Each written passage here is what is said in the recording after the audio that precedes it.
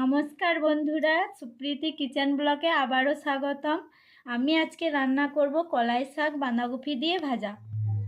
শাকগুলি এবার বেছে নেব, শক্ত অংশগুলো ফেলে দিয়ে নরম আগার অংশগুলো নিয়ে তারপরে কুটে রান্না করব। শাক বেছে ধুয়ে কুটে নিয়েছি, বাঁধাকপি এবং শাক কুটে নিয়েছি। বাঁধাকপি এবং শাক ভাজার জন্য লাগছে গোটা লঙ্কা, শুকনো লঙ্কা, পেঁয়াজ কুচি, হলুদ গুঁড়ো, লবণ, সর্ষের তেল। কড়াইতে প্রথমে আমি সর্ষের তেল দিয়ে দেব।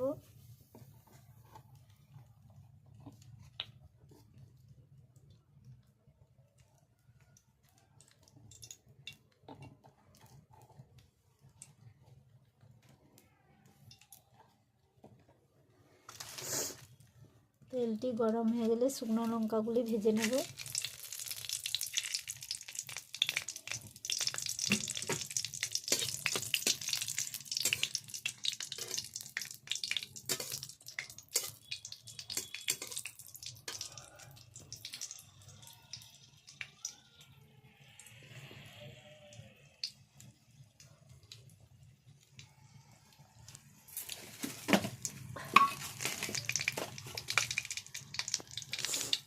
শুকনো লঙ্কাগুলি ভালো করে ভেজে নেব।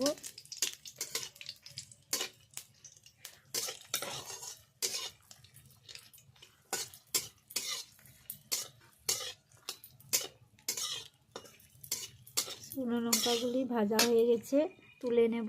একটি তেলে পেঁয়াজগুলি ভেজে নেব।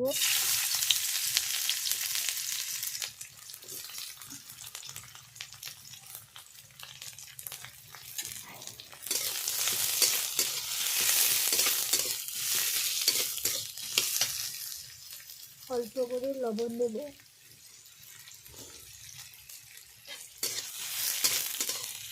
পেঁয়াজগুলি ভালো করে ভেজে নেব। পেঁয়াজগুলো ভালো করে ভাজা হয়ে গেছে, এবার তুলে নেব। কড়াতে সরষে তেল দিয়ে শাকগুলো দিয়ে দেব।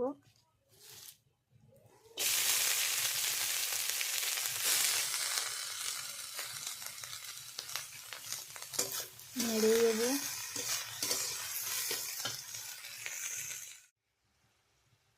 শাক দিয়ে দিয়েছি, এবার লবণ দিয়ে দেব, পরিমাণ মতো লবণ।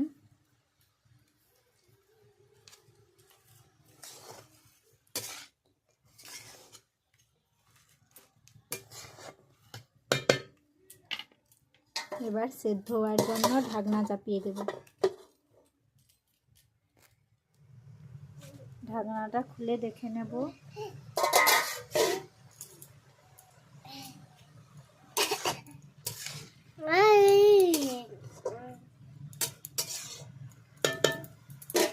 ওর মধ্যে দেব হলুদ গুঁড়ো,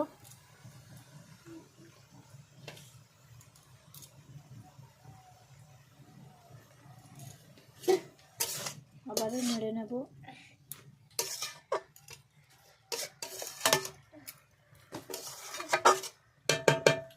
আবারও 10 মিনিট চাপা দিয়ে দেব।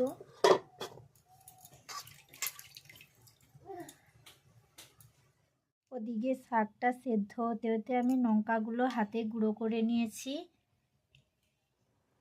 আবারও ঢাকনা খুলে দেখে নেব সেদ্ধ হয়েছে কিনা। দেখো বন্ধুরা, শাক থেকে কীভাবে জল বেরিয়েছে। জলটা শুকিয়ে নেব। আবারও কিছুক্ষণের জন্য ঢাকনা চাপিয়ে দেব। আবারও ঢাকনা খুলে দেখে নেব সিদ্ধ হয়েছে কিনা। দেখো বন্ধুরা, সেদ্ধ হয়ে গেছে, ভালোভাবে সেদ্ধ হয়ে গেছে। দেখো বন্ধুরা, জল যে বেরিয়েছিল জলটাও শুকিয়ে গেছে। এবারে এইভাবে নেড়ে নেড়ে আরও শুকনো করে নেব, আর ঢাকনা দেব না।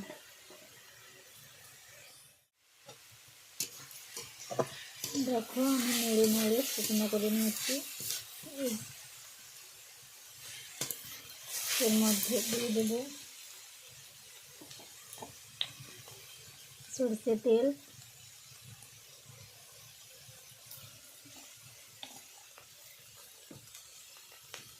ভেজে গুঁড়ো করে রেখেছিলি লঙ্কা গুঁড়ো, পেঁয়াজ ভেজে রেখেছিলাম দিয়ে দেব।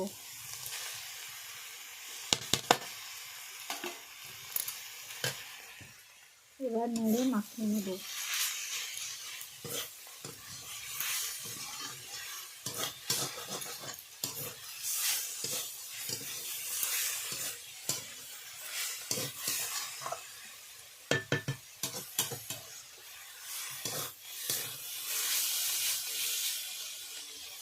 দেখো বন্ধুরা হয়ে গেছে ভাজা। এবারে আমি নামিয়ে নেব। এবার নামিয়ে নিচ্ছি বন্ধুরা।